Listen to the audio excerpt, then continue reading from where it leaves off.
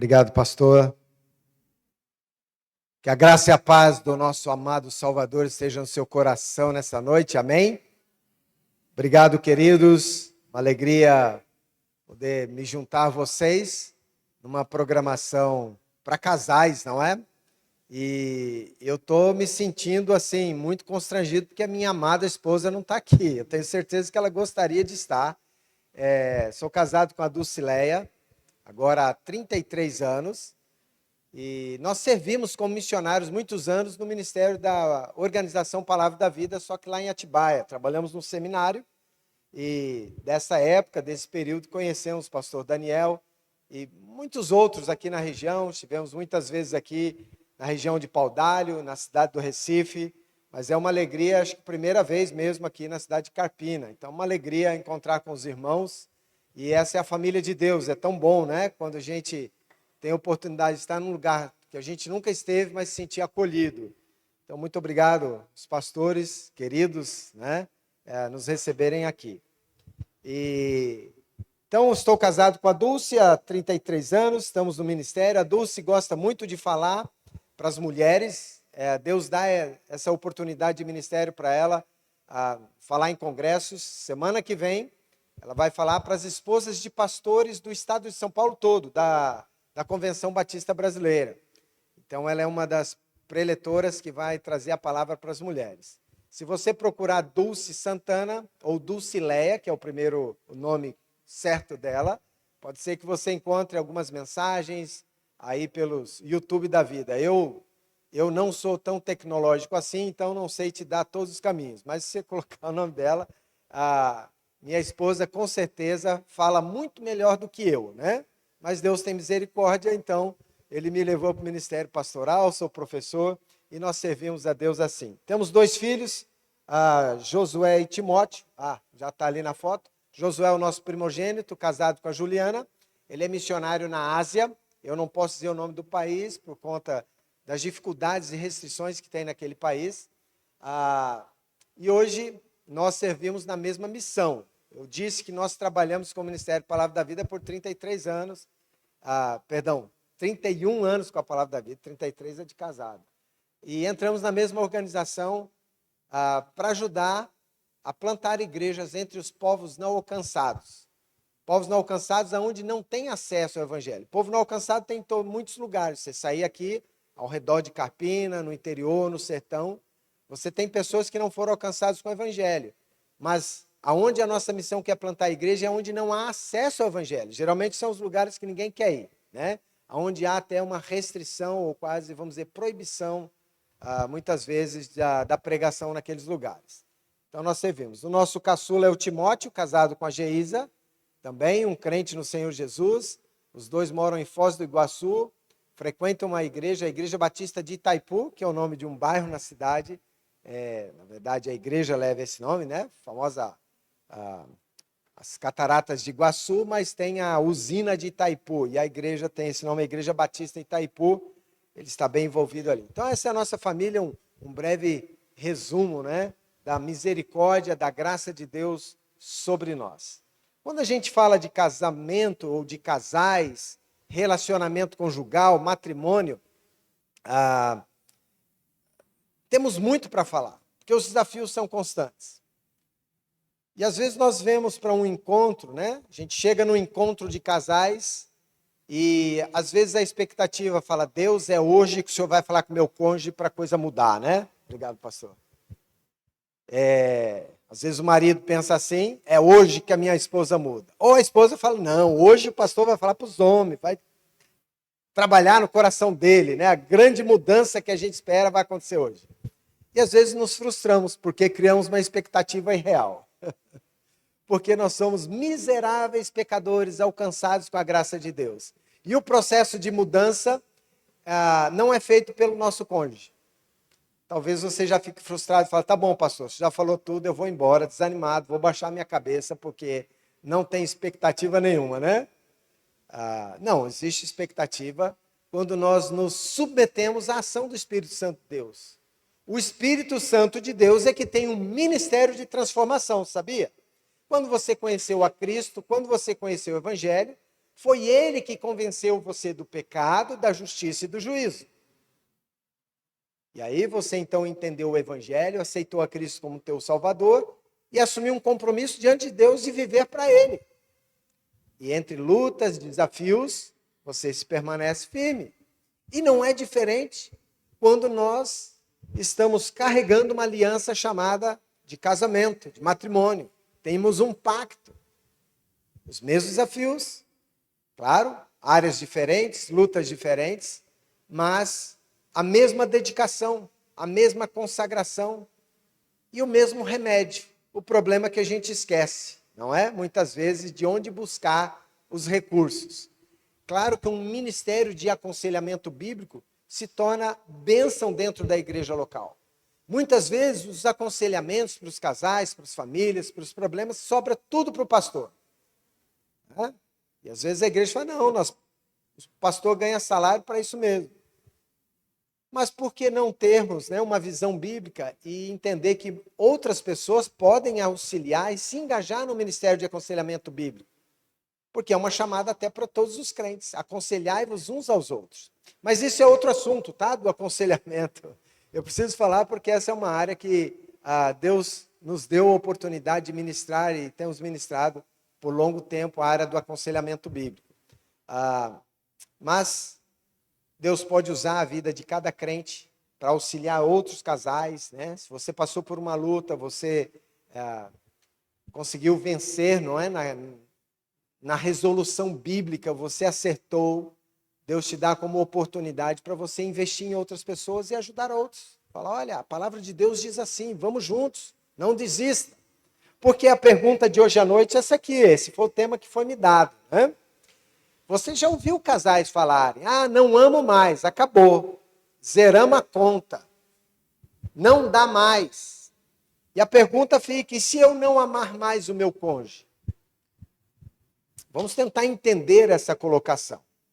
Eu geralmente digo que se alguém fizer esta afirmação, eu não amo mais o meu cônjuge, eu acho que tem um entendimento errado na mente e no coração dessa pessoa. Talvez ele esteja querendo se referir apenas ao sentimento. É possível que o sentimento, aquela emoção, aquela afeição romântica não exista. Mas a verdade é que amar, ou a palavra amor na Bíblia, é muito diferente do que costumamos entender. Nós deixamos que a visão secular, que a visão mundana do que significa amor, permeie a nossa maneira de viver, a nossa filosofia de vida, os nossos relacionamentos. Vocês lembram? Eu não vi nenhum na cidade, mas tem McDonald's aqui em Carpina? Não tem, né? Geralmente eles... mas em Recife com certeza tem. Você já deve ter ido num shopping, tem McDonald's. Tem uma época que eles fizeram uma propaganda de um sanduíche, e aí no final falava, eu amo muito tudo isso. Quer dizer, desvalorizou a palavra amar, né? Amar um sanduíche, um pão com gergelim, um hambúrguer, alface, queijo, molho especial. Eu amo? Não. O máximo que você pode dizer é eu gosto, né? Eu gosto desse lanche. Mesmo que alguns vão dizer que talvez é feito de, sei lá, né? A procedência, não sei. Os nutricionistas vão falar, não come isso aí não, que não faz bem para a saúde. Aliás, tem até paralelamente, um camarada que só comeu por 30 dias, né? McDonald's, e ele ficou mal, ficou doente. Mas enfim, como que você pode dizer que ama muito tudo isso? Não, nós deveríamos empregar a palavra amar de maneira apropriada. Amar é dar de si, amar é se dar, amar é prover a necessidade do outro, amar é dar o que o outro precisa. Não é dar o que o outro quer. Se nós formos tentar suprir o que o nosso cônjuge quer, nós estamos fritos, né? Nós não temos condições. Em 2 semanas, em 15 dias, acaba todos os nossos recursos. Se houver uma demanda do que o nosso cônjuge quer e eu tentar suprir. Eu não consigo. Mas quando nós transformamos as nossas necessidades, entendemos que as nossas maiores necessidades, elas de fato são espirituais, nós sabemos quem é o provedor. É o nosso Pai Celestial, através do Espírito Santo de Deus. É Ele quem é o provedor de amor. Logo, Ele é toda a fonte de amor. 1 João 4, 7, 8, versículo que você decorou na escola bíblica dominical, né? Fala que devemos amar uns aos outros, porque o amor é de Deus e procede de Deus. Aquele que não ama, não conhece a Deus, porque Deus é amor. Mas é a fonte verdadeira, do amor verdadeiro, do entendimento correto. Porque o amor, ele, sim, em alguns momentos nós achamos que não somos mais capazes de amar, mas se temos um relacionamento com Deus, estamos junto à fonte de Deus, o amor não se esgota. Então, temos que começar a perguntar, né?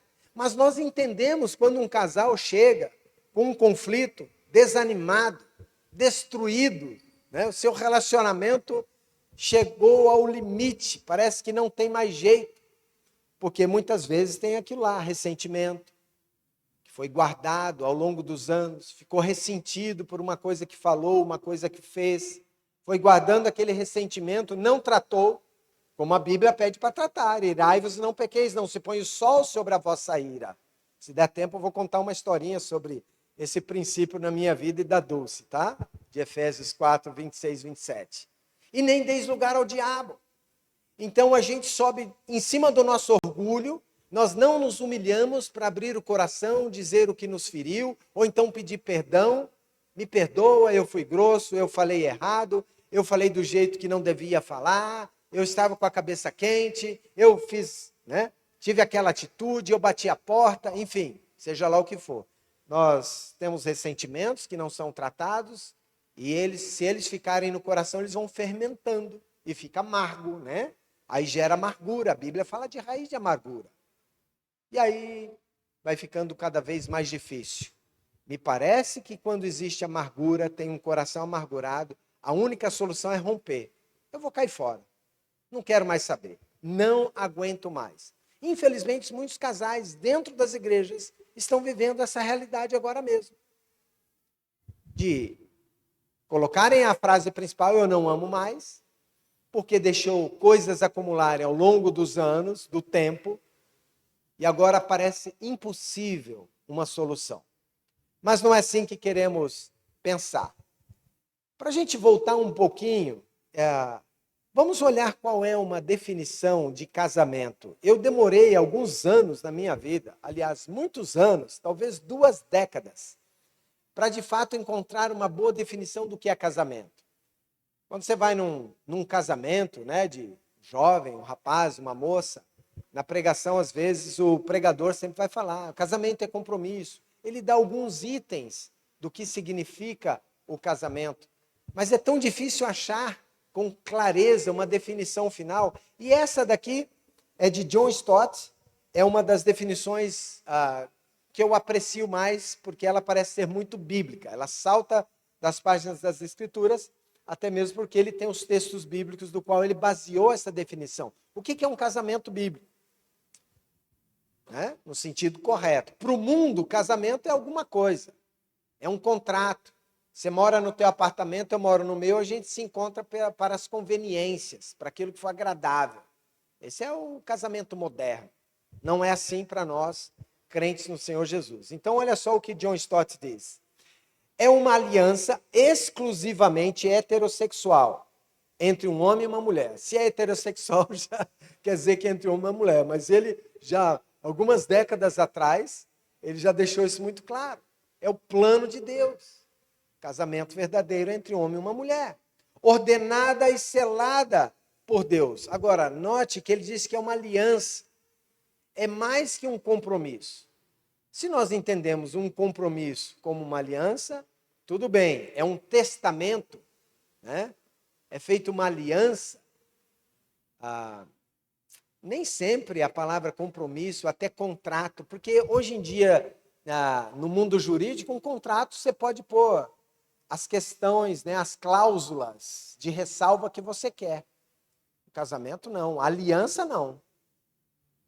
Abra o olho antes de casar. Depois que casou, o pacote é completo. Não tem jeito de devolver. É aquilo lá. Não, amarei o meu cônjuge até que ele tenha X fios de cabelo na cabeça. Alguns vão perdendo cabelo, né?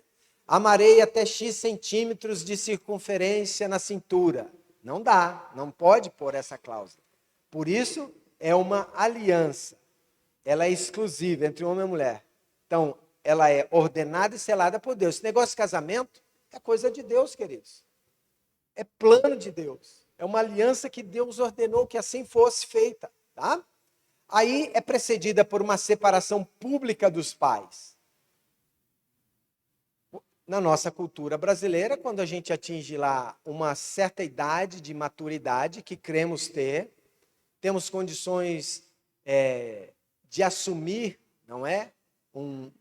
Uma outra pessoa para viver com ela, então eu consigo pagar o meu aluguel, eu pago água, luz, eu tenho condições de viver por mim mesmo, não dependo dos meus pais, não vou depender do sogro e da sogra, então estou pronto para casar.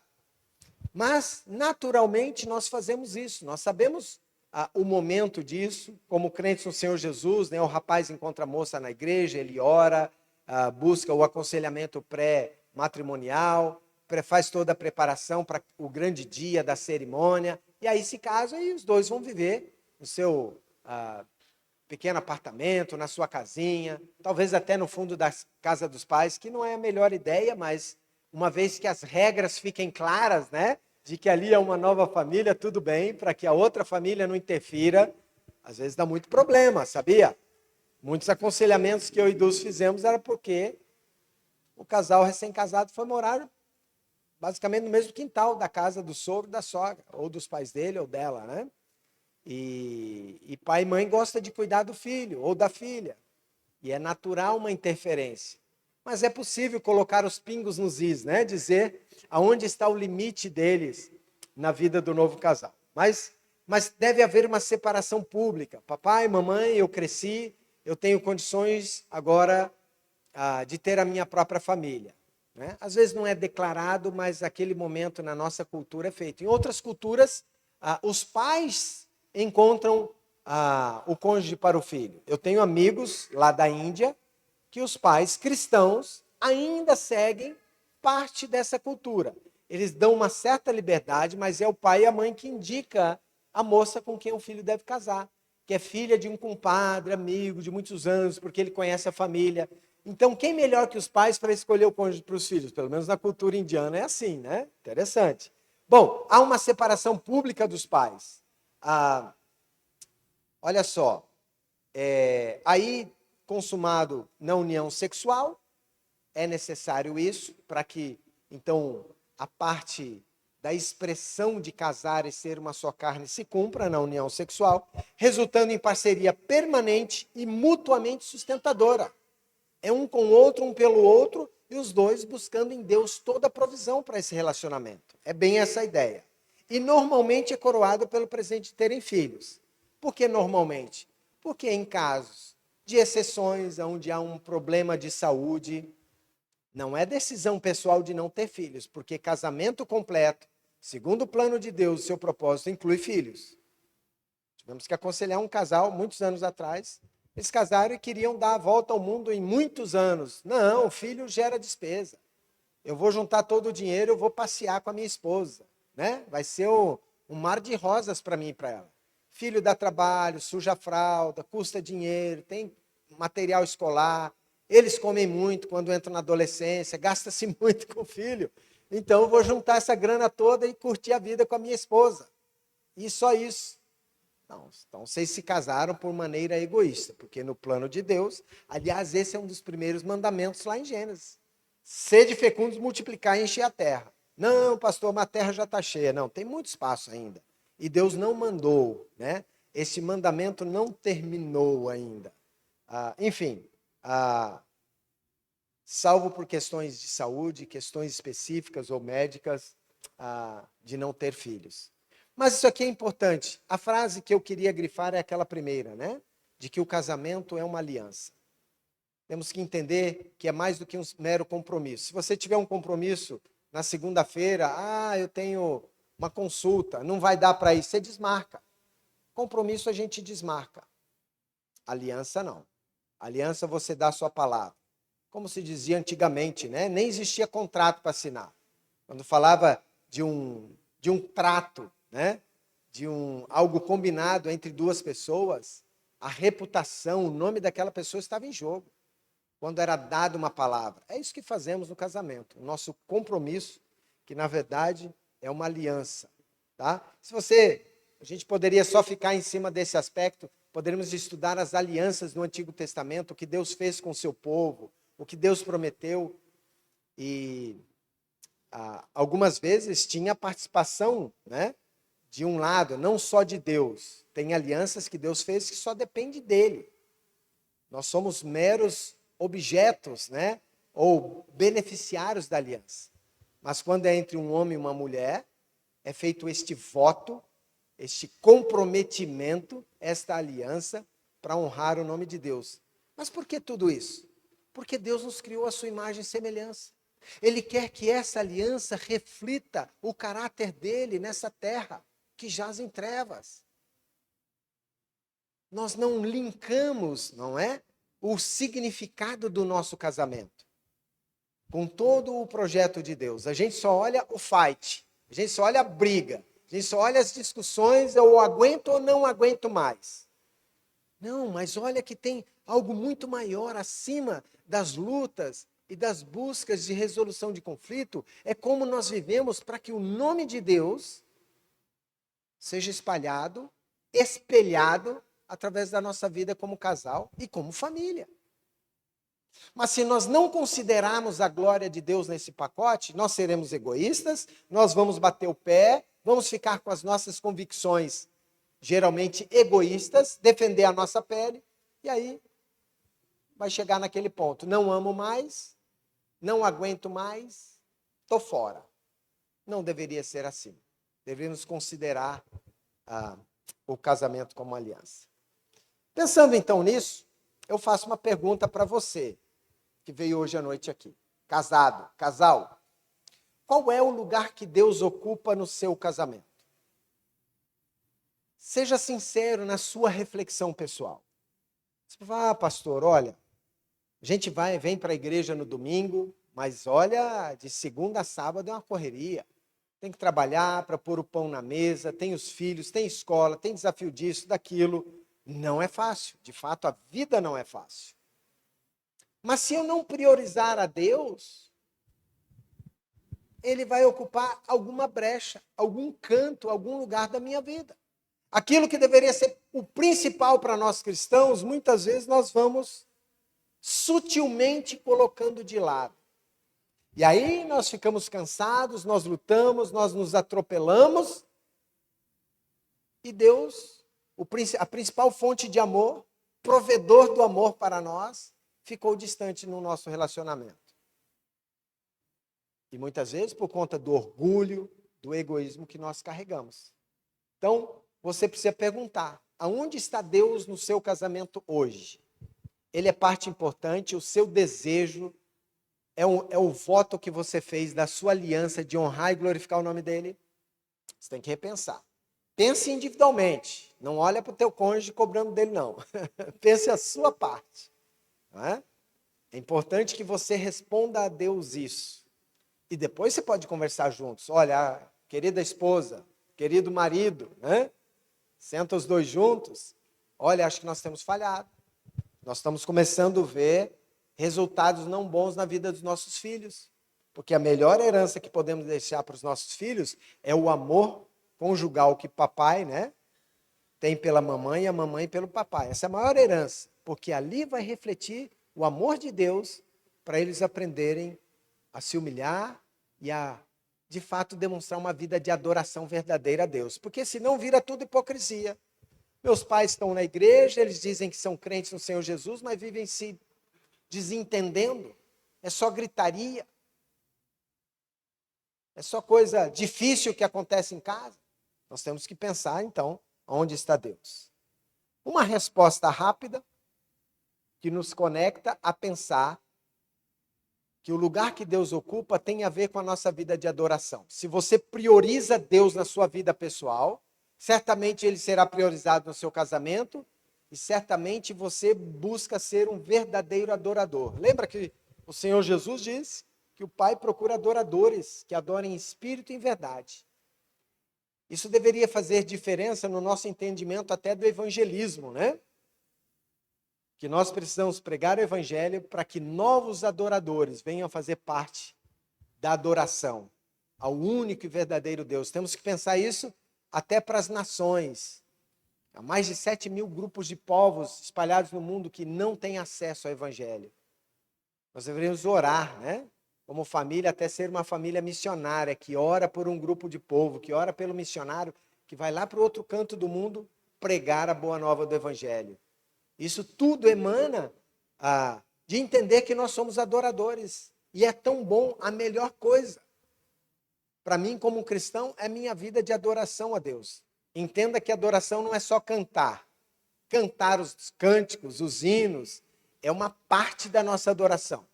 Mas aquilo que nós fazemos de segunda até sábado, antes de vir para a igreja, também é adoração. Meu caráter, a minha ética, a minha obediência, em ser um cristão fiel, leal, tudo isso está envolvido na minha vida de adoração. O que eu ofereço a Deus? Verdade, mentira. Obediência, desobediência. Ira, gritaria, amor, paciência. Tudo isso eu entrego e oferto a Deus, porque eu sou um filho de Deus e Jesus está me transformando. Pode ser que algumas coisas dessas ruins estejam na minha vida, mas eu preciso ter consciência que eu preciso mudar. Aliás, esse é o tema da aula de amanhã no aconselhamento. A mudança bíblica, a transformação. Tem tempo de inscrição ainda, pastor Daniel? Tem, né? Fazer a propaganda aqui à parte. Mas olha só. Olha esse texto bíblico de Colossenses. Na verdade, nós vamos parar um pouquinho mais no texto de Efésios. Gente, eles me deram 1 hora para falar aqui, hein? Vocês aguentem firme aí. Olha o texto de Colossenses. Vamos tentar encaixar e visualizar o casamento nesta passagem, ver como esses princípios afetam o relacionamento matrimonial, conjugal. Olha só, falando de Jesus, é uma carta cristológica, a carta que Paulo escreveu aos Colossenses, revelando quem é Jesus, a sua identidade. Ele é o próprio Deus. E aí fala, então ele é a imagem do Deus invisível, o primogênito de toda a criação, pois nele, em Cristo Jesus, foram criadas todas as coisas, nos céus e na terra, as visíveis e as invisíveis, sejam tronos ou soberanias, poderes ou autoridades. Olha só a ênfase do texto. Todas as coisas foram criadas por ele e para ele. Ele é antes de todas as coisas e nele tudo subsiste. Então vamos botar ali. Aquele triângulo representa o nosso Deus triuno, Deus o Pai, Deus o Filho, Deus o Espírito Santo. E ali está um casal casado. O casamento faz parte dessas coisas criadas por Deus? Absolutamente que sim. Todas as coisas foram criadas por Deus e para Deus, né? Em Cristo Jesus. Um casamento deveria ter o alvo de glorificá-lo. Como nós vivemos em casa, tem a ver com a nossa vida de adoração. É muito interessante, se pudessem estudar a vida de Abraão, depois você olha, capítulo 12 de Gênesis, não vou lembrar todos os textos agora, mas é interessante que Abraão, nas suas andanças, na sua movimentação geográfica, o texto bíblico diz que quando ele chegava num lugar com as suas tendas, a primeira coisa que ele fazia era construir um altar para adorar a Deus. Nota a preocupação de Abraão para que os seus, aqueles que estão debaixo da sua responsabilidade, não é? Aqueles que são os seus servos, possam ter um lugar de adoração ao Deus verdadeiro. Isso mostra, né, como ele priorizou isso. No fim, Abraão creu em Deus e isso lhe foi imputado por justiça, e nós chamamos que Abraão é o pai da fé para nós, né? Espiritualmente é ele, porque da promessa que vem o Messias, o Salvador, e ele se torna também esse exemplo de uma vida de um adorador de Deus. Nós deveríamos pensar assim também. Então, queridos, se todas as coisas, pensa ali o círculo, né, de tudo que existe, tudo que foi criado, o casamento, esse negócio de matrimônio, marido e esposa, é coisa de Deus. Eu preciso estar convencido sobre isso para então buscar os recursos da maneira correta. Mas quais recursos? Na hora que a coisa está pegando lá em casa, na discussão, a gente não lembra de recurso nenhum, pastor Paulo, mas nós precisamos lembrar. Se você vai fazer uma receita, você precisa dos ingredientes, você precisa dos utensílios, né, corretos. Senão não vai ficar correta a receita. Permitam-me fazer essa analogia aí, né, com o casamento. Você quer viver corretamente? Você precisa conhecer os recursos que Deus te apresenta e utilizá-los. Não adianta estar lá e a gente ignorar. Então, a carta que Paulo escreve aos Efésios, eu diria que é a carta que mais tem princípios bíblicos para o relacionamento familiar e conjugal. Nós vamos até olhar mais adiante os versículos que eu tenho certeza que vocês estão acostumados, mas primeiramente vamos olhar, porque todo o contexto da carta que Paulo escreve para os Efésios tem a ver primeiro com uma vida cristã. Ele fala de uma teologia de uma vida cristã, do capítulo 1 até o capítulo 3, né? Começando de 1 a 3. Ele fala de todos os benefícios que temos da salvação em Deus, em Cristo Jesus, do que aconteceu conosco no momento da nossa entrega a Cristo Jesus. E aí, a partir do capítulo 4, ele fala de uma maneira prática. Então, já que você foi salvo, já que você se tornou este adorador, né? Você foi criado para o louvor da glória de Deus, então, acerte todas essas áreas da sua vida aqui. Mas como é que eu vou acertar as áreas da minha vida? Quem vai me ajudar? O versículo-chave para mim do livro inteiro de Efésios é o versículo 18. Você conhece o versículo 18 de Efésios? Né? Está lá. Não se embriaguem com vinho que leva à libertinagem, mas deixem-se encher pelo Espírito. A capacitação, a transformação, a mudança, a santificação é através do Espírito. Não ache que exista outros recursos fora do Espírito. Tanto que ele fala, não se embriague com vinho, não fica perdido, não seja dominado por vãs filosofias. Ali ele usou uma analogia do vinho, mas pode ser qualquer coisa que vai dominar a sua vida. Pode ser o din-din, pode ser o trabalho, pode ser o seu hobby. Eu estou aplicando assim, pode ser uma heresia, depois o pastor Daniel me corrija, né? Mas não se embriague com vinho, não fique sendo conduzido por uma substância ou qualquer outra coisa que não seja Deus na sua vida. Deixe o Espírito de Deus te dominar. Que lugar que Deus ocupa na sua vida, que lugar que Deus ocupa no seu casamento. É Ele quem conduz, Ele é a fonte de amor. A hora que você fala, não tenho mais amor para te dar, esposa. Você vai até a fonte, você se quebranta, você se humilha, você pede perdão. Senhor, me ajuda. Só pelo Senhor eu posso prover amor para minha esposa. Aí você pode providenciar. Porque se o amor for tentar ser sacado, arrancado do outro, gente, como eu falei, não dura 2 semanas um casamento. Todos os nossos recursos já se foram para tentar prover amor para o outro. Mas se nós estamos pertinho de Deus, e é essa a imagem que tem aí, os dois pertinhos de Deus, os dois ligados a Deus, um pode prover para o outro em Cristo Jesus tudo o que nós precisamos para viver um casamento que agrada a Deus. Em Cristo, então, nós recebemos todos os recursos de Deus. É porque Ele morreu na cruz, Ele pagou o preço do pecado, mas nós só olhamos a salvação como uma passagem, que estamos num trem da alegria que vai descambar no céu. A salvação em Cristo Jesus, queridos, é muito mais.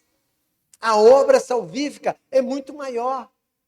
Deus nos salvou no momento que você entregou a sua vida a Cristo. Ele continua nos salvando. Entendam que esse desenvolver da salvação é a nossa vida de santificação, de sermos mais e mais parecidos com Jesus, até um dia que, quando Ele se manifestar, seremos como Ele é. Um corpo glorificado, longe do pecado, sem a possibilidade de condenação do pecado e vivendo totalmente para a adoração dele. É isso que o Evangelho fez conosco. Então a salvação de Cristo Jesus é muito mais preciosa do que simplesmente me dar um ticket, uma passagem para chegar no céu. Temos que considerar isso. E é em Cristo Jesus que vamos receber todos os recursos para tratar aquilo que precisa ser tratado. O nosso próprio coração e muitas vezes auxiliar o nosso cônjuge e ser apoio, ser uma só carne com ele. O ser uma só carne em Gênesis significa isso. É ser apoio, ser suporte para o outro. Nas fraquezas, nas lutas, nas deficiências que o outro vai ter. Ser suporte e às vezes ter que suportar mesmo. É isso que é ser uma só carne, tá bom? Mas vamos lá para Efésios. Eu quero ler uma passagem aqui, que pelo menos há 3 grandes áreas nessa passagem, que nos ensina os recursos que Deus, em Cristo Jesus, está providenciando para o nosso dia a dia. Para não chegar naquele momento e falar, pronto, não amo mais, não aguento, não dá, pastor. Não, calma lá. Você está praticando pelo menos esses 3 recursos, esses 3 princípios de Deus em 3 áreas específicas? Presta atenção e está grifado em vermelho ali, né? Olha, Efésios 4:29, esse é um contexto importante da vida cristã, da prática de viver de maneira cristã. E note que sempre a vida cristã ela vai ser primeiramente refletida dentro da nossa casa. Amar uns aos outros. Seria hipocrisia eu demonstrar amor pelas pessoas lá fora e não amar os da minha própria casa. Levai os fardos uns dos outros. É isso aí. Leva primeiro os fardos dos da casa. Isso naturalmente se estende para o corpo de Cristo, para a igreja do Senhor Jesus. Perdoar uns aos outros. Perdoar primeiro dentro de casa, o cônjuge, o pai, o filho, a esposa. É aí assim que funciona. Olha só. Então vamos ler o texto aqui, olha. Nenhuma palavra torpe saia da boca de vocês. Paulo já está considerando que a nossa língua é pesada. Basta desligar um pouquinho da nossa adoração a Deus, se eu for provocado, o que vai sair da minha boca é palavra torpe. Então ele fala, saia apenas a que for útil para edificar os outros, conforme a necessidade para que conceda graça aos que ouvem. Não entristeça o Espírito Santo de Deus, com o qual vocês foram selados para o dia da redenção. Livrem-se de toda amargura, indignação, ira, gritaria, calúnia, bem como de toda maldade. Sejam bondosos e compassivos uns para com os outros. Olha outro princípio. Perdoando-se mutuamente, assim como Deus os perdoou em Cristo. Aí entra o capítulo 5, versículo 1. Portanto, sejam imitadores de Deus como filhos amados e vivam em amor, como também Cristo nos amou e se entregou por nós como oferta e sacrifício de aroma agradável a Deus. 3 áreas, 3 recursos, 3 princípios. O primeiro tem a ver com a nossa comunicação. Eu não sei se eu posso exagerar, mas a grande maioria dos conflitos conjugais que eu e Dulce tratamos com casais tem a ver com comunicação. E nem sempre é o assunto que é tratado, mas como é tratado, como fala. É um problema. Nós irritamos um ao outro na maneira que falamos. Nós nos irritamos um ao outro, não é? Muitas vezes como falamos, no que falamos. Às vezes o assunto é até bom, mas a esposa sabe que não é a hora para o marido ouvir aquele assunto, precisa preparar um cenário. E mesma coisa o marido. Depois de muitos bons anos, eu aprendi o tempo certo de falar com a minha esposa. Existe aquela fase do mês que elas estão mais sensíveis. Elas não podem tomar decisões grandes naquele período. Elas estão sensíveis, estão choronas, estão mais irritadas, estão brigonas. Então precisa de sabedoria do lado do marido, não é? Para trabalhar na comunicação. A verdade é que nós não investimos muito na nossa comunicação, não. Nós deixamos a coisa do jeito que é e às vezes só trocamos os fights, né? Se um é grosso com o outro responde com grossura maior ainda para ganhar o argumento. E não fica bem. Porque se isso não é resolvido, vai se guardando ressentimento, que vai virar amargura, que vai virar ódio. A Bíblia diz que ódio é como se assassinar teu irmão. Leia lá, Mateus, não me engano, capítulo 7, ou capítulo 5. Jesus fala, ouviste o que foi dito? Não matarás? Se você quebrar esse mandamento, né, de não matar, você está sujeito ao que a lei estabeleceu. Mas eu digo mais, Jesus eleva o nível. Não, você não deve odiar o teu irmão, porque você estará sujeito à mesma penalidade. Uau! Nós achamos que matar é horrível, mas odiar dá. Não, é mesmo nível. Jesus coloca no mesmo padrão. Então temos que tomar cuidado, porque a língua fere, a língua machuca.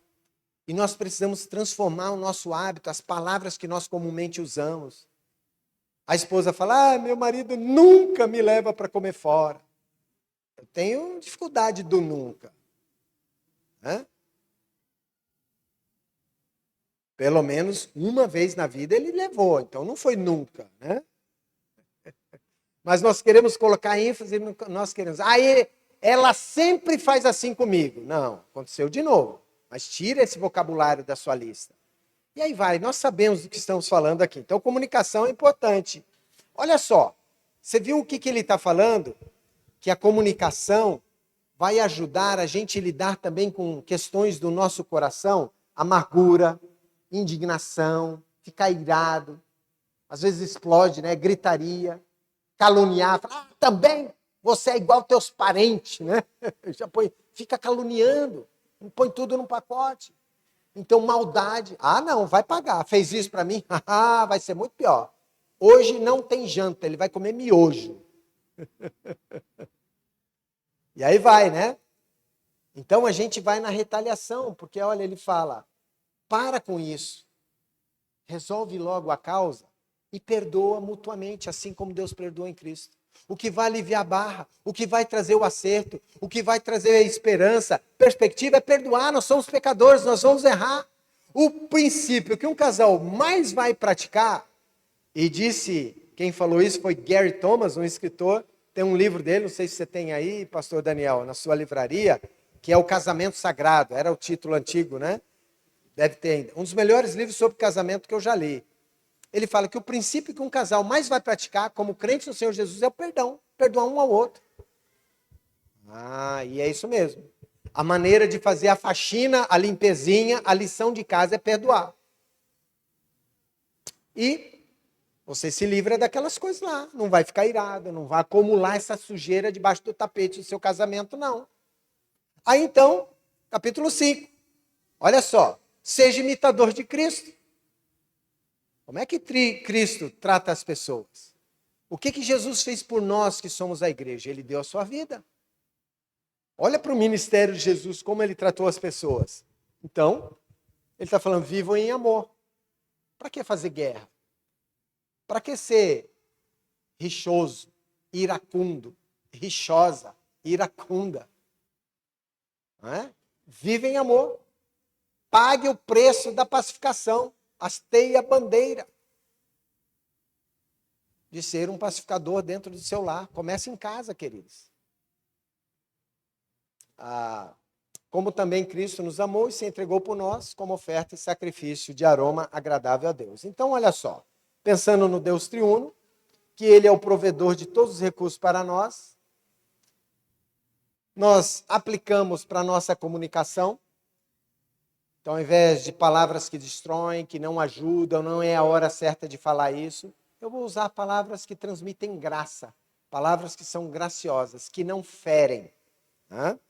Mas também a ideia do perdão, perdoando-se mutuamente, assim como Deus em Cristo nos perdoou.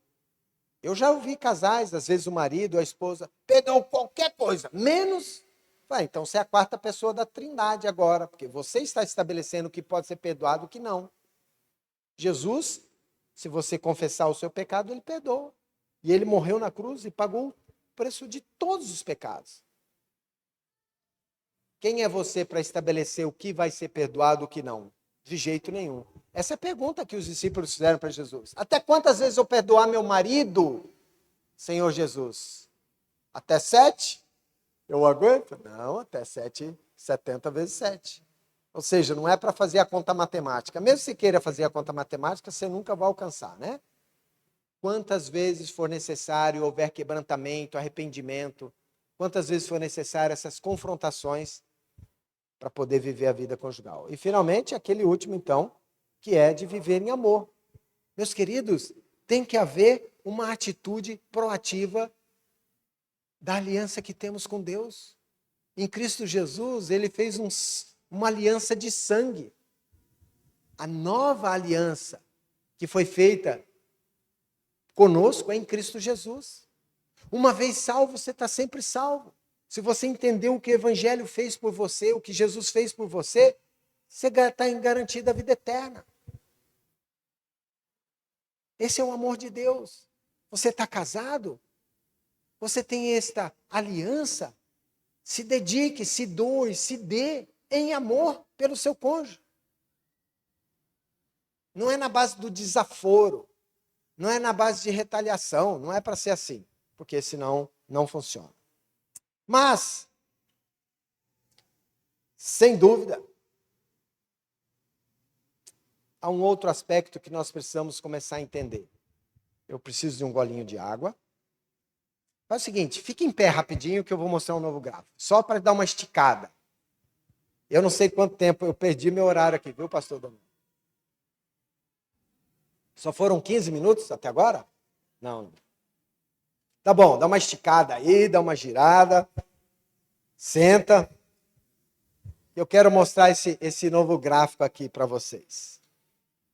Se nós estamos entendendo o papel do casamento, do matrimônio, neste grande plano de Deus e refletir a sua imagem, todos nós deveremos entender que nós vivemos para o reino de Deus. Você foi transportado do reino das trevas para o reino do Filho do seu amor, não é isso que a Bíblia fala? Então agora você é um súdito do Rei dos Reis. Ele é o dono da minha vida, ele é o meu rei. Eu me curvo, eu me dobro em adoração e vivo para fazer a vontade, o agrado do meu Deus. Deveria ser assim, então, para o casal. Olha lá. Quando nós casamos, nós fazemos um voto, o que está implícito nesta declaração de amor, de voto, de aliança que estamos trocando, é isso aqui. Nós dois queremos agora glorificar a Deus, vivendo para o seu reino. E aí poderia colocar as crianças, né? Os casais têm filhos, a família toda, a mesma visão. Mas nessa visão do reino de Deus existe uma disputa do meu próprio coração. As coisas não funcionam bem quando nós queremos sair desta esfera que não é o reino de Deus. Meu professor, que escreveu um artigo sobre isso, na verdade John Piper também menciona, Robert Jones fala, né? É que nós criamos um reininho paralelo.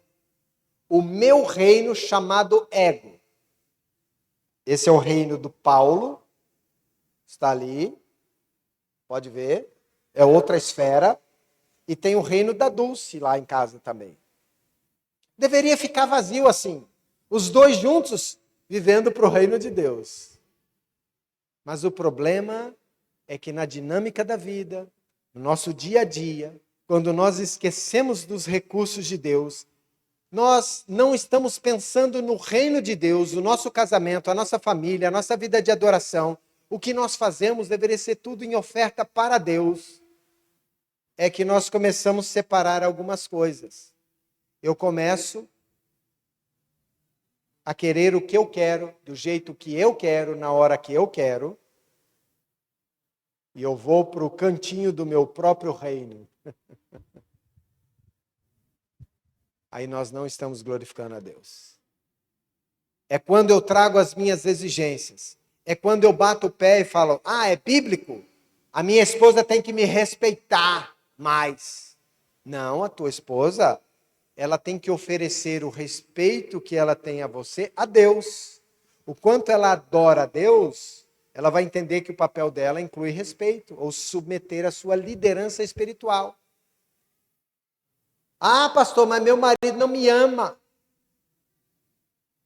Se você tentar extrair, arrancar amor do seu marido, você vai se frustrar. O seu marido tem que te amar oferecendo, entendendo a aliança que ele fez diante de Deus, oferecendo a Deus o amor que ele tem que te dar. Faz diferença? Quando a gente se consagra primeiro ao reino de Deus, do que querer arrancar um do outro o que nós queremos. E aí é o problema. Eu gosto do desenho, eu demorei um tempão, gente. Vocês vão ter que ver 2 vezes meu desenho, tá? Tá lá o casal vivendo para o reino de Deus. E quando eu me torno egoísta, eu caio para o meu canto e ela cai para o canto dela, pronto. Já não estamos vivendo mais para o reino de Deus. Isso é muito sério. Repetindo a frase que nós falamos então, ela é do John Piper, um casamento de amor. Ah, o amor acabou? Não. Você vai preservar o amor, união e compreensão, se você estiver ligado a Deus. Se você estiver firme, dedicado, consagrado numa vida de adoração a Deus. É claro que inclui a igreja, os cultos, a escola dominical, mas é mais do que isso. Hoje não se fala mais em culto dominical, devocional na família, infelizmente. Ah, os meninos ficam tudo no celular, mas quem é responsável por isso? Vai parar um pouquinho, vai ler um texto bíblico, vai orar com as crianças. É tudo responsabilidade nossa. Sabia que a maior parte dos casais não oram juntos? No máximo que ora, Senhor, obrigado por esse alimento, em nome de Jesus, amém. A fome é grande, a oração é rápida. E não, você ora com sua esposa? Oro, agradeço pelo arroz e feijão, pelo cuscuz. Não. Orar pelos sonhos, pelos projetos, pelos desafios, pelos medos, pelas percepções da vida. Ah, então tem muito tema de oração para o casal orar. Mas deveria ser espontâneo dessa nossa vida de adoração a Deus. Simples assim e difícil assim, queridos. Então vamos lá, olha só. Pensando que o nosso remédio é encontrado novamente em Cristo, quando as coisas parecerem que não vão continuar, não dá mais certo, não temos esperança, em Cristo Jesus. É lá na cruz do Evangelho, o que Cristo fez por mim e por você, onde é oferecido perdão, misericórdia e amor de Deus. Sempre tem recurso. Ninguém pode falar não dá mais, se não se esgotar todas as possibilidades de buscar os recursos na cruz de Cristo. Então há esperança, graças a Deus por isso, amém? Então pense e ore. Como é a sua vida de adoração a Deus? Qual a sua prioridade? Ser feliz ou adorar a Deus? Onde você busca recursos para investir no seu casamento? Infelizmente, muitos crentes estão buscando nas filosofias do mundo, na visão da mídia, das novelas e de tudo mais. Um grande engano diabólico, satânico. A palavra de Deus, o Evangelho, tem os recursos para o nosso casamento. Você está vivendo para qual reino? Talvez você tenha que fazer um check-up na sua vida e olhar. Ah, eu tenho sido egoísta. Eu tenho sido mandão. Eu tenho sido autoritário como marido, como esposo. Ou como esposa, eu crio uma demanda demais em cima do meu marido. Ele não consegue prover as minhas demandas. Eu preciso mudar minha cabeça. Não sei o que Deus quer falar e trabalhar no seu coração, minha irmã. Você pode dizer que o seu casamento tem glorificado a Deus? Então, os cônjuges honram a aliança quando se tornam imitadores de Deus. Aqui eu vou passar muito rápido, porque são os textos que eu falei que vocês conhecem em Efésios, tá? Mais uma vez, ele pede para que sejamos imitadores, como também, como filhos amados, e vivam em amor, como também Cristo nos amou. Ele é o exemplo sumo, maior de amor. Ele se deu por nós. Ele viu a nossa necessidade espiritual, que era a maior necessidade que tínhamos, era de salvação. Não era dinheiro, não era saúde, não era comida, mas sim a nossa salvação eterna. E Jesus veio prover isso para nós. E Ele quer que sejamos imitadores dele, nesse nível. Então, nesse aspecto, ele fala aí que devemos nos sujeitar uns aos outros em amor. E nesse contexto, é o papel da mulher se sujeitar à liderança moral e espiritual do lar. Ah, mas meu marido não lê a Bíblia e não sabe. Então você pode ser a auxiliadora de uma visão bíblica no casamento. Sem tomar a frente, mas você pode ser uma encorajadora. E você se sujeita à liderança espiritual do seu marido. Essa é a visão bíblica, né? E aí ele fala assim, como a igreja está sujeita a Cristo. É muito clara essa visão, mas parece que nos dias modernos as mulheres têm medo de usar essa palavra sujeição, estar submissa, né? A guerra dos sexos, a libertação, né? Feminina, enfim, vocês sabem do que eu estou falando. E biblicamente, queridos, nesse sentido, é a contramão de toda essa visão secularista que é permeada nos nossos meios. Não que a mulher não possa trabalhar, ela não possa ter um cargo, ela não possa ter uma posição, não tem nada a ver essa questão. Mas como esposa, a mulher deve se submeter à liderança moral e espiritual do marido. Pronto. O que Deus tem de chamado para as mulheres é que elas sejam essas esposas fiéis, se submetam e respeitem seus maridos. Quando chegar no céu, Deus não quer saber quantas faculdades, doutorados, quanto emprego, quanto dinheiro você ganhou. Vai querer saber se você foi fiel na sua adoração e se você cumpriu o seu papel de esposa. Mesma coisa para o marido, que aí esse é o papel dele, de amar as esposas. Olha que interessante, nós ouvimos sempre essa mensagem, né, maridos? Ame cada um a sua mulher, assim como Cristo amou a igreja. Aí o camarada chegou para uma conversa com o pastor mandou chamar, porque a irmãzinha estava toda chorona. Pastor, fala com ele. Ele nunca disse que me ama. Estou me sentindo, né? Muito carente. Aí o pastor chama e conversa com o irmão. E aí, meu irmão? Como é que são as coisas? Está tudo bem, pastor. Rapaz, sua esposa está muito triste com você. Ah, é, pastor? Ela fala que você não é amoroso com ela. Como não, pastor? Cara, a Bíblia fala, olha que Jesus falou. Maridos, amem sua esposa como Cristo amou a igreja. Ah, é, pastor? Como é que Cristo amou a igreja? Ele se entregou por ela. Ah, é? Ele morreu por ela? Então mata que eu não aguento mais, pastor. É para morrer? Não, não é nesse nível. Que tal pensar em viver por? Então se gastar é diferente. Esse é um amor sacrificial do que simplesmente querer cair pela esquerda, né? Nós sabemos do que estamos falando. Aí tem a parte dos filhos. E finalmente, queridos, se nós buscarmos na nossa dependência, a nossa vida de adoração, o Deus triuno nos ensina a amar. O amor não vai se esvair, ele não vai acabar. Então, comunique constantemente o seu amor pelo seu cônjuge. Vocês têm a sua linguagem, vocês têm o seu jeito de fazer essa comunicação.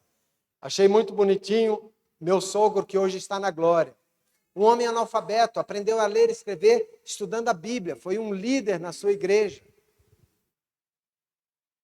Ele deixava bilhetinhos, ele era caminhoneiro, né?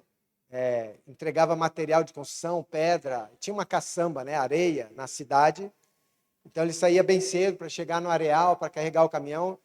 Então ele acordava bem cedo, já deixava um bilhetinho no espelho do banheiro para Dona Almerinda, minha sogra. De maneira bem simples. Te amo, minha velha. Era a maneira carinhosa que ele a chamava. É o jeito dele.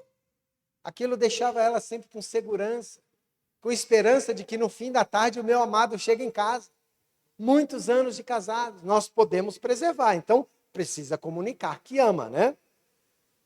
Expressões audíveis de amor um para com o outro. A comunicação, a primeira, eu acabei adiantando, né? Mas também é sentar para conversar. Arrume tempo para conversar. Põe as crianças para dormir e senta à mesa.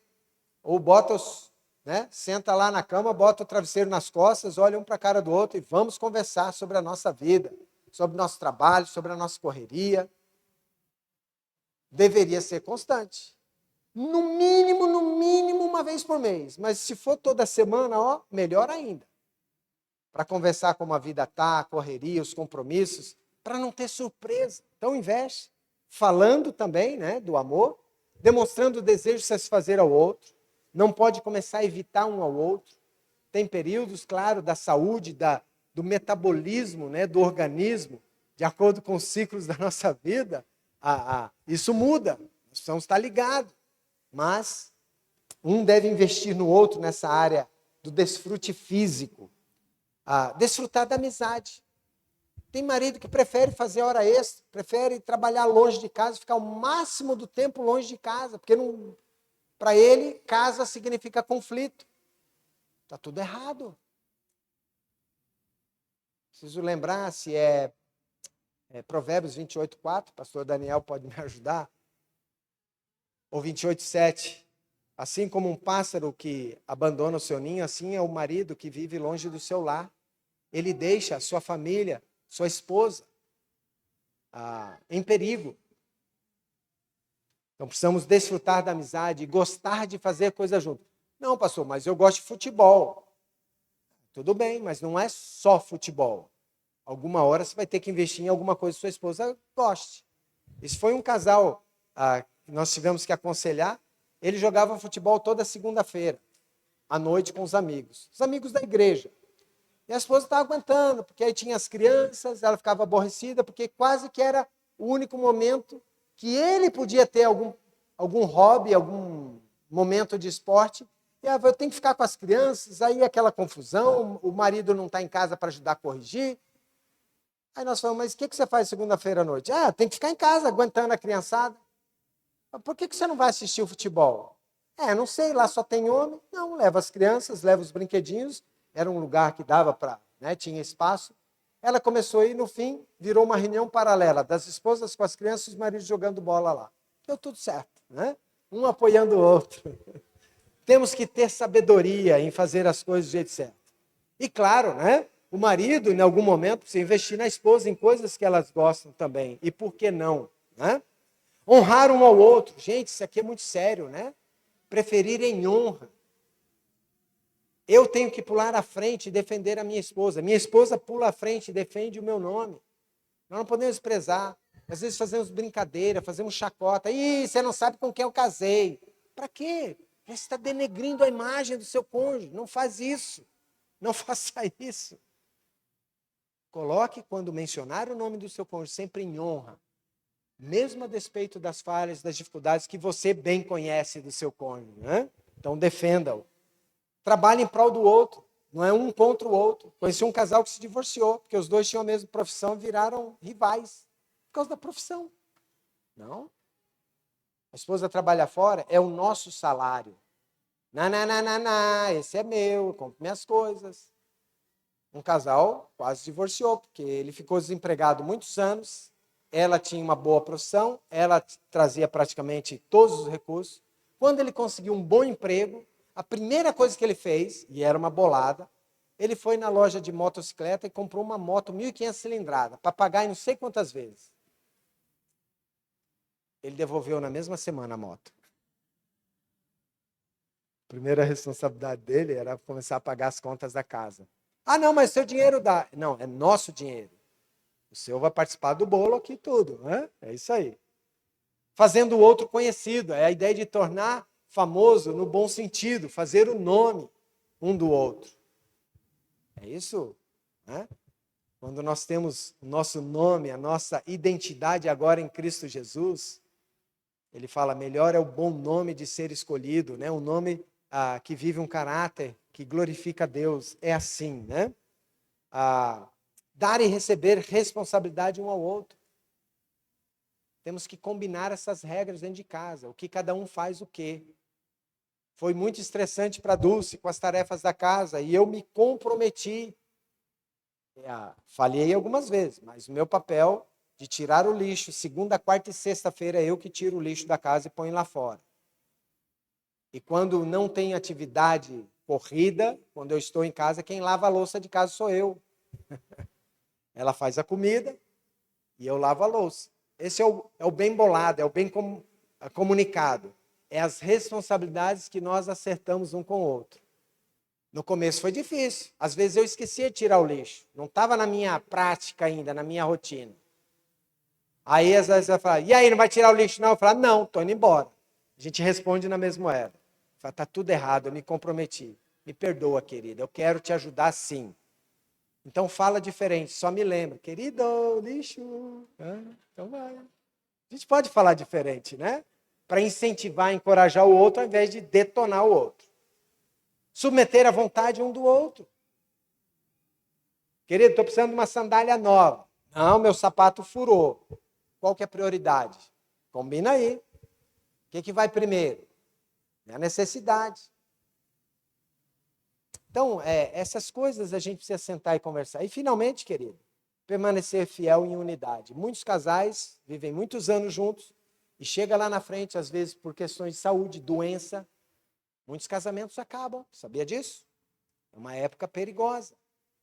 Um não quer carregar esse fardo junto, na saúde e na doença. Né? Achava que ia ser um mar de rosas. E quando não vem, não, diante de Deus, eu quero permanecer fiel. Amém? Terminado aqui, pastor Daniel vai conduzir as perguntas. Como é que é, pastor Zé Carlos? É ele? Pastor? Não sei se tem pergunta, talvez não. Eu já esclareci todas na conversa. Brincadeira. Vamos, queridos.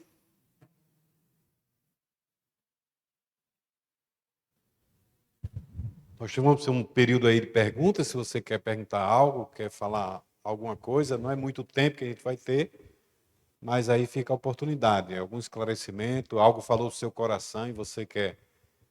Levanta a mão que o pastor Daniel vai levar o microfone e você fala.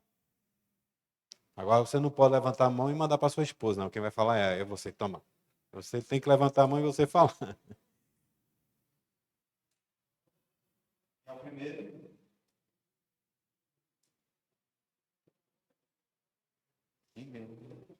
Igual a Assembleia, pastor. Contrários não há. Alguém quer falar? Quer perguntar alguma coisa ao pastor? Caso contrário, a gente vai orar. Aproveitem. Pastor Bob. O que fazer quando o casamento está ameaçado? Nós vivemos numa comunidade e aí temos dificuldade de conversar. Então, qual seria o caminho? Não digo ameaçado nesse sentido. A gente acha que para acabar, nós vimos que o amor não acaba. Então, qual seria o melhor procedimento de um homem ou da mulher? O que é que ela deveria fazer ou ele deveria fazer para que o casamento pudesse permanecer saudável ou consertar aquilo que não está deixando o casamento saudável? Boa pergunta, pastor. Pergunta de pastor, né? Paulo, coloca o microfone, fala mais perto. Mais pertinho, para chegar lá no fundo. Vocês entenderam a pergunta do pastor? Quando um casamento está ameaçado, o que fazer, por onde começar? Na verdade, nós como pastores, o assunto chega até a gente quando parece que não tem mais solução, né? Ah, não aguenta mais. Não deveria ser assim, como a gente já conversou, porque não utilizou as ferramentas antes, né? A primeira coisa inegável é reconhecer, não estamos bem. Reconhecer a ameaça já ajuda. Ó, as coisas não estão boas aqui em casa, não. Se não há jeito, não há solução entre os dois, então aí sim, busca ajuda imediata. Eu sei que às vezes há resistência, e eu vou dizer agora que a resistência maior em geral é dos homens. Os homens são durões, eles são os teólogos. Eles acham que são sacerdotes, não precisam de ajuda de nenhum outro sacerdote que vá representar a Bíblia para ele. Eu sei, eu estou fazendo certo. Isso é orgulho, isso é egoísmo, está errado. É fugir para o reino do meu ego. Então fala, não, de fato nós não estamos bem. Mas parece que nós não estamos conseguindo acertar a nossa comunicação para acertar a nossa ameaça, o nosso problema. Então vamos buscar ajuda. Busque um conselheiro bíblico. Pode ser o pastor, pode ser um líder, pode ser um casal que é referência cristã para você. Marque uma conversa, por que não? Nós somos povo de Deus, somos corpo de Cristo. Mas é claro que eu vou me expor. Não tem como eu falar dos meus problemas para outro e não me expor. É claro, eu vou buscar alguém que seja maduro. Eu não vou buscar o fofoqueiro, né? Irmão, né, na reunião de oração, ora pelo casal fulano e tal que eles me procuraram essa semana. Eles estão passando um perrengue danado. Viu? Não vai fazer isso. Isso é falta de maturidade.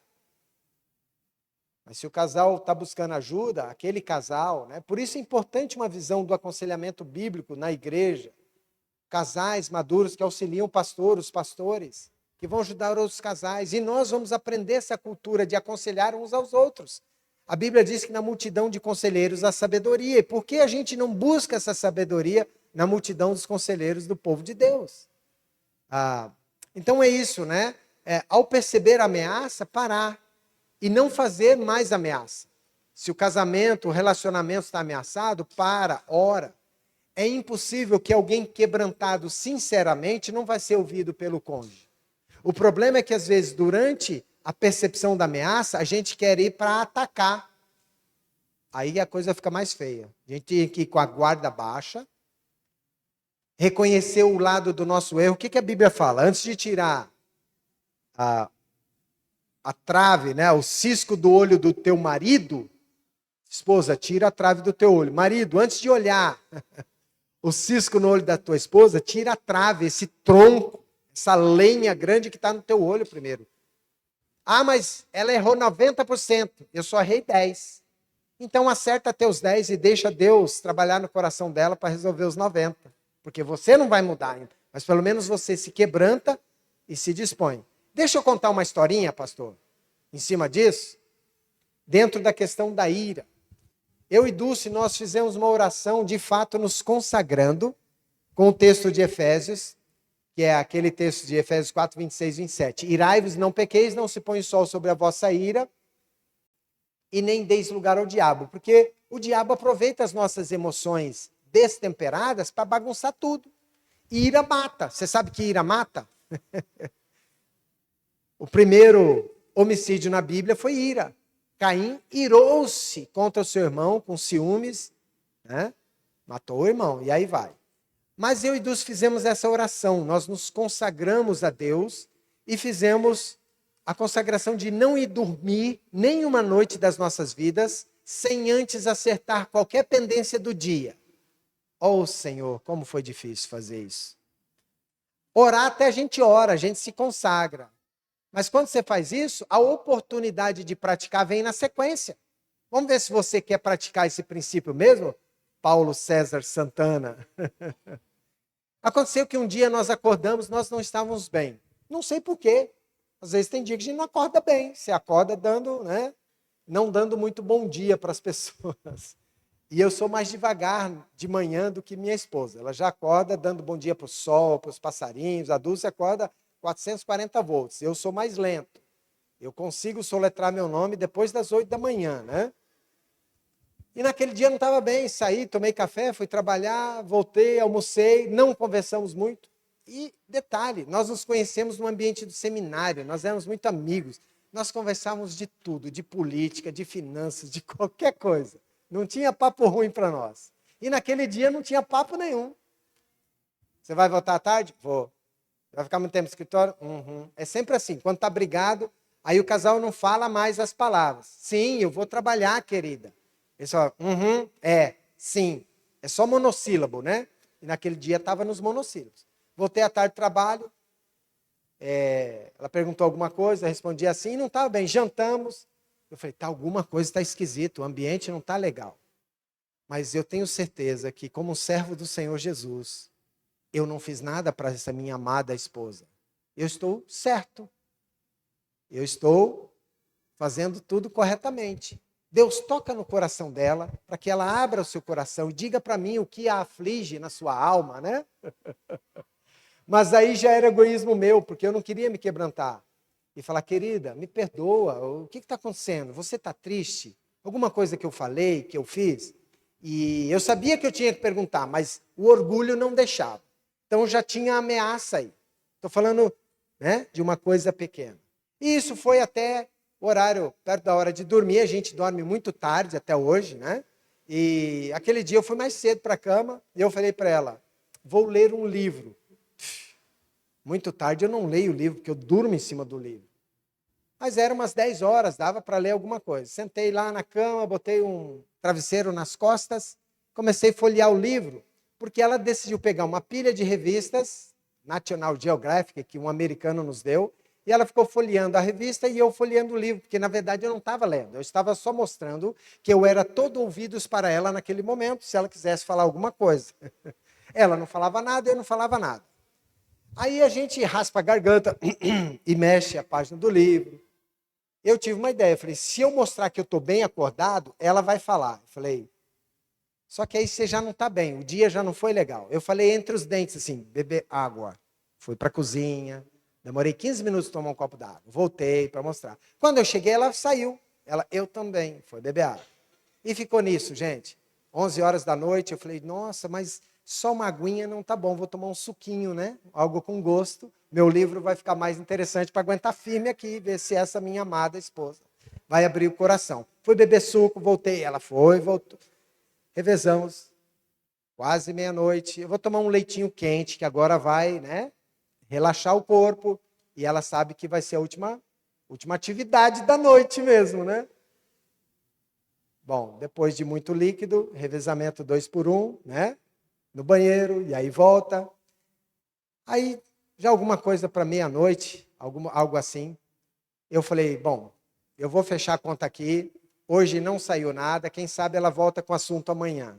Eu falei, vou escovar os meus dentes. Aí eu falei com todas as letras, bem claro. Tipo, é agora ou nunca. Escovei os dentes e voltei. Quando ela foi levantar para escovar os dentes, porque um fica evitando o outro nessa hora, né? Não está bem? Ela viu uma aranha. Lá onde a gente mora, tem muita aranha de gramado. Tem muito gramado, uma aranha marrom, inclusive. E ela é uma aranha armadeira, ela pula. Eles tinham cortado a grama atrás de casa, a aranha entrou pela treliça da janela do quarto, se escondeu debaixo da cama, algum lugar quentinho, até ver que não tinha mais ameaça do aparador de gramas. Naquele silêncio ensurdecedor daquele lindo casal, a aranha se sentiu à vontade para passear na parede e subiu bem no facho do abajur do lado dela. Gente, era o tamanho da minha palma, da mão assim, a aranha. Ela levantou e ela ia ao banheiro escovar os dentes. Ela viu a aranha e deu um grito. Uma aranha, querido! Gente, nessa hora eu acho que eu ouvi a música do Indiana Jones, conhece? Tan, taran, tan, minha hora, né? O super-herói chegou. Eu dei uma estrela para dentro do banheiro, peguei o rodo, né? Que fica no box. Fica olhando, vigia a aranha, que se ela se esconder, vai atrás do guarda-roupa, aí nós vamos achar essa aranha. Então, fica vigiando a aranha, que eu vou pegar uma coisa para matar. Peguei o rodo e voltei, protegi a minha amada, né? Da aranha, splash, matei a aranha. A aranha caiu em frente, o criado mudo.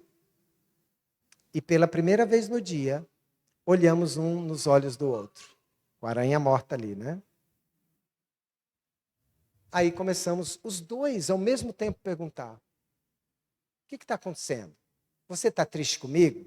Eu fiz alguma coisa que te entristeceu? Falei alguma coisa que você está aborrecido comigo? Sentamos na beira da cama, fomos pedindo perdão, me perdoa.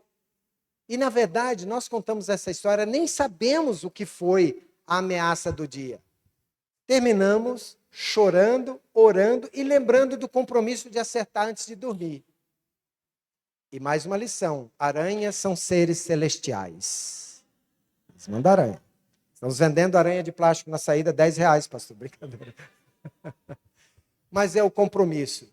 Outras vezes tivemos dificuldade. O meu orgulho, a dureza do meu coração, a Dulce teve que me acordar de madrugada, né? Falar que estava triste com alguma coisa.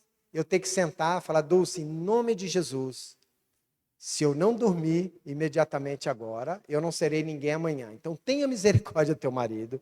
Amanhã, no primeiro horário de sobriedade, por favor, você fala, querido, precisamos acertar esse assunto. Joia? Eu sei que é um assunto que está pendente, que a gente vai ter que conversar. Eu me comprometo a isso. E aí isso era suficiente para trazer paz ao coração dela, de que eu estou disposto à resolução, embora de madrugada eu vou estar grogue, não vou falar coisa com coisa, né? Então esperava o outro dia amanhecer e aí acertávamos.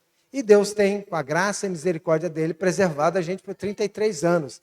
E de fato, aqueles que querem viver em adoração a Deus, pode dizer que cada vez é melhor, né? Quando os anos passam, porque a gente está junto com o Senhor Jesus. Muito longa a resposta, né, pastor? Desculpa. Deixa eu confessar um negócio. Se fosse lá em casa e fosse um sapo, eu ia dormir com raiva dela.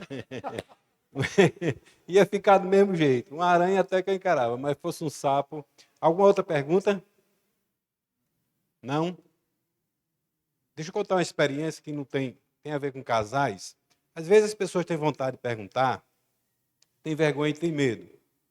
E a gente teve uma experiência uma vez de um encontro de casais, depois uma pessoa me procurou que não era da nossa igreja, o cara ficou muito decepcionada.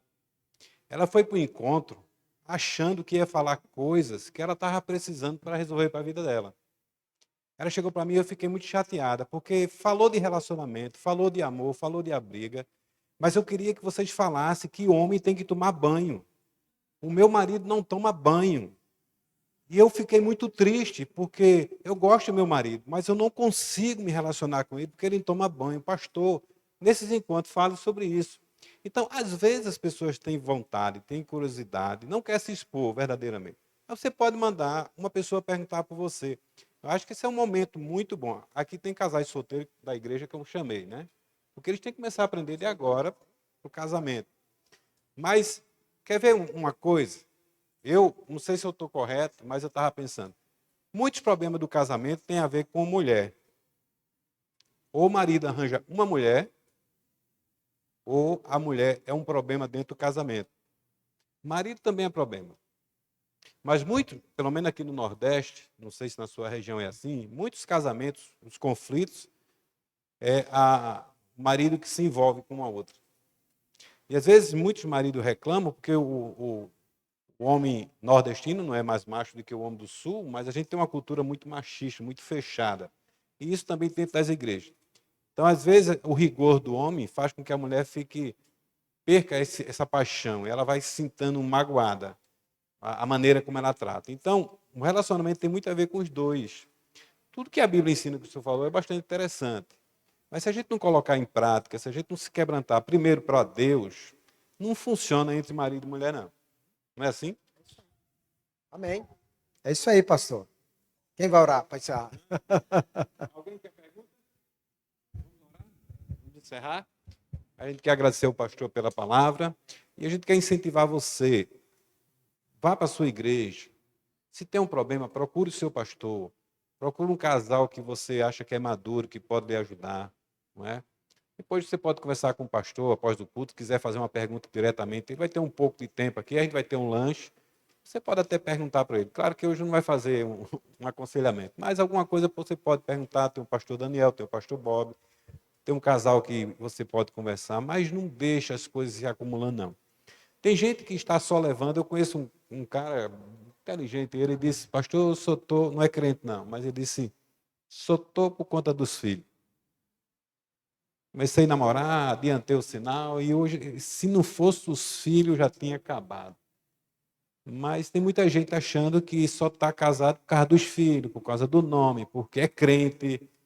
Não, é porque precisa de ajuda, e precisa de orientação divina e precisa se quebrantar. Porque se amava no namoro, se casou se amando, se começou o casamento, porque para mim não acaba da noite para o dia, não. Tem alguma coisa errada. E aí você precisa buscar a solução. Ok? Vamos orar. Vou pedir ao irmão Micael que ele possa interceder a Deus, agradecer a Deus. Se possível, aquele microfone. Pastor, deu, Daniel, o microfone ali para ele, porque... E assim a gente vai estar encerrando. Queremos agradecer em nome da Firme Promessa, pastor Bob está aqui, Primeira Igreja Batista também, ao pastor que veio trazer a mensagem, ao pastor Daniel que ajudou nesse momento.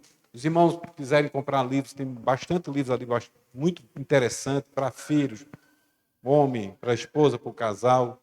Outros livros devocionais, tem Bíblias. Ajuda o pastor Daniel, que além desses cursos bíblicos tem feito, trabalha com a livraria Excelência. Se você tem algum livro que não tem ali, você pode conversar com ele. Se tiver no catálogo dele, pode encomendar. Pode pagar no Pix, né? Dividir aí no cartão. Você conversa com ele como é que vai pagar. Dá seu carro como entrada aí para comprar o carro, de alguma forma. Mas leva algum livro nesta noite. Agradecer a todos que vieram aqui. Nós temos a presença também do pastor Daniel Dias, sua esposa lá de Tracunhaém. Não sei se tem mais algum outro pastor, fora os que já foram citados aqui. Então, agradecer a todos que estão aqui conosco, não é? Possam, em outra oportunidade, participar. Oremos. Pastor, eu queria falar uma coisa. Eu fiquei muito feliz de ouvir o senhor falar isso, de só dormir depois que resolver, um dia depois de uma briga longa. a gente fez esse propósito. E glória a Deus, quando eu ouvi falar isso, eu digo, é uma das coisas que a gente tem acertado. A gente só dorme depois que resolve o problema. Às vezes vai para 1 da manhã, 2, né? Por causa do orgulho. Mas a gente resolve. Glória a Deus. Oremos, irmãos. Senhor Deus, eu te agradeço, Pai, por ter estado aqui nesse momento e ter ouvido a tua palavra, assim como todos estes que aqui estão, Senhor, vieram buscar algo de ti e vão levar, Pai. Nós te agradecemos pela vida do pastor, pela palavra que ele trouxe, Senhor. Sabemos que foi dirigida pelo teu Santo Espírito. E agora queremos, Senhor, que cada uma destas palavras, Senhor, possa surtir efeito em nossos corações e que possa, Senhor, trazer frutos em nossos lares. Que possamos também transmitir, Senhor, esta mensagem àqueles que não puderam estar aqui. Pai, te pedimos por cada família representada aqui neste ambiente, Senhor, que a tua graça, Senhor, possa se fazer presente nestes lares e que cada um, Senhor, possa no futuro dizer, fui abençoado neste dia, e que possa levar, Senhor, adiante aos seus filhos, às famílias que estão à nossa volta, Senhor, que possamos transmitir o teu amor e a tua palavra, Senhor. É o que eu te peço e te agradeço em nome de Jesus. Amém.